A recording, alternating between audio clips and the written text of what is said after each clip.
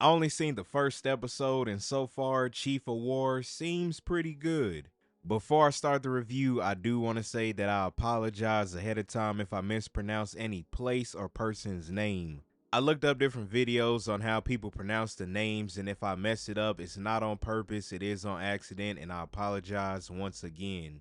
The episode lets us know that there are four kingdoms: Oahu, Hawaii, Maui, and Kauai, which is where Kaiana is residing with those close to him, even though we find out he's from Maui. There were some people from there that came to get him, and you can tell from the start they were not too happy to see him. They let him know that the king Kahikili wants to speak to him. It just seemed like he was minding his own business, doing his own thing, and here they come.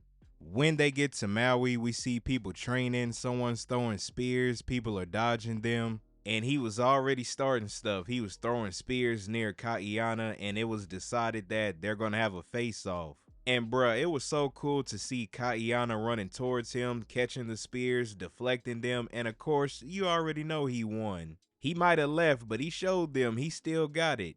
Once that's over, they start talking about fighting against Oahu based on the information they got. It's brought up that he's a young king and he pledged his loyalty to their king, and Maui has left his kingdom unprovoked. The prince starts to tell them that the king at Oahu is being corrupted by a dangerous person and that they're going to take over their kingdom. At first, Kaiana didn't want any more violence, and as soon as he was about to leave, they brought up the prophecy that the royal seer spoke his name in a vision, that they can only defeat Oahu with him by their side.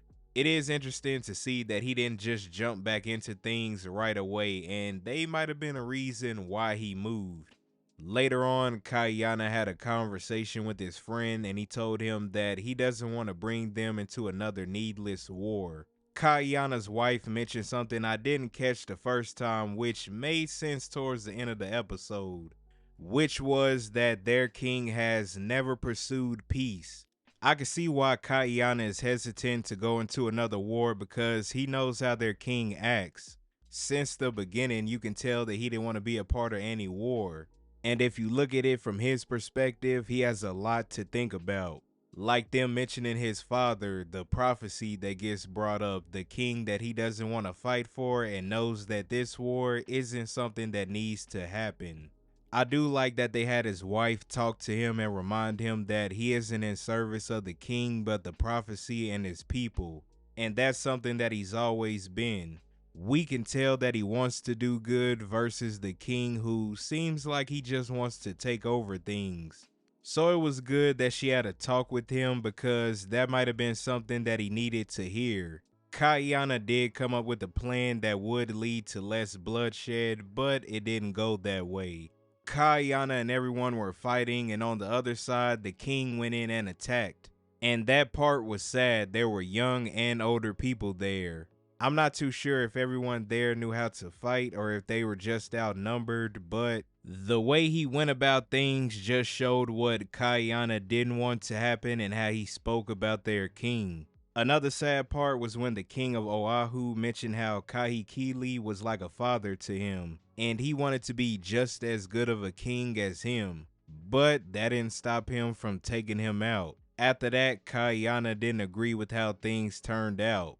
He told the king it was a desecration of a kingdom.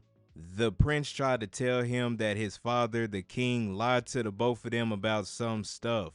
And Kaiana let him know that what happened there was on his father's hands.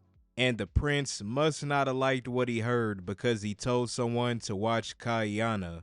So from now on, it seems like Kaiana's gonna have to watch out and make some decisions on what he wants to do from here on out, because he was told some stuff at the beginning of the episode that's now gonna make him rethink some things when it comes to the king. And the plan that they had didn't go as expected. Overall, it seems like it's gonna be an interesting story. I can't wait to see how stuff unfolds and some of the changes that are gonna happen. But I'm interested to hear y'all thoughts. Comment below. What did you all think about the episode? Also, comment below if you want me to continue to review this show.